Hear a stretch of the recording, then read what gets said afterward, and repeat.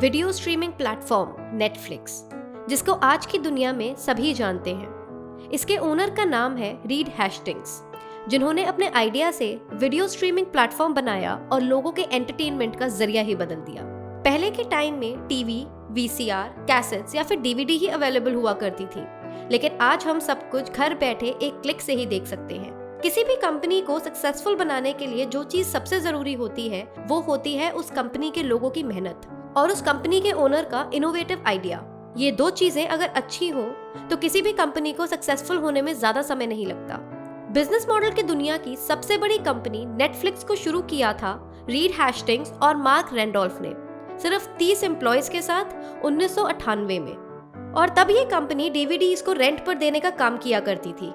शुरुआत में mark Randolph ने ही नेटफ्लिक्स कंपनी को नाम दिया था, जिसमें नेट का मतलब इंटरनेट है और फ्लिक्स का मतलब होता है मूवीज। उस समय कैसेट्स को रेंट पर लेना बहुत आम सी बात थी।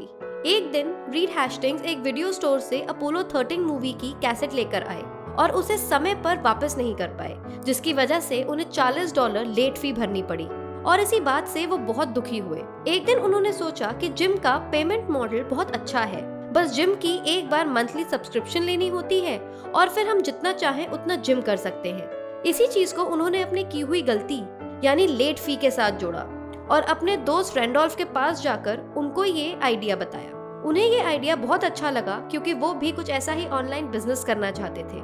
फिर अपने बिजनेस की शुरुआत में उन्होंने ये देखा कि वीसीआर का वक्त खत्म होने वाला था और डीवीडीज का दौर शुरू हो रहा था। बिजनेस की शुरुआत में उनके पास कुल 925 डीवीडीज थी और 30 एम्प्लॉयज। शुरुआत में उन्होंने पेपर रेंट मॉडल पर काम किया, लेकिन कुछ समय बाद उन्होंने मंथली सब्सक्रिप्शन मॉडल की शुरुआत कर दी। मतलब लोग चाहे जितनी अलग अलग डीवीडीज को रेंट पर ले सकते हैं, देख सकते हैं, बस एक बार पूरे मंथ की सब्सक्रिप्शन लेकर। नेटफ्लिक्स पहली ऐसी कंपनी थी जो ऑनलाइन सीडी की रेंट सर्विस देती थी और लोगों को भी नेटफ्लिक्स की सर्विस बहुत अच्छी लगी क्योंकि उन्हें लेट फी और शिपिंग चार्जेस जैसे खर्चे नहीं करने पड़ते थे। और सिर्फ 2 साल के अंदर ही 3 लाख लोग इनकी मंथली सब्सक्रिप्शन ले चुके थे। लेकिन फिर 2004 में मार्क रैंडोल्फ ने कंपनी से रिटायरमेंट ले ली और फिर कंपनी को रीड हेस्टिंग्स ने ही संभाला। इन सब के बाद समय फिर बदला, टेक्नोलॉजी अपग्रेड हो रही थी और लोगों के घरों तक पहुंच रही थी।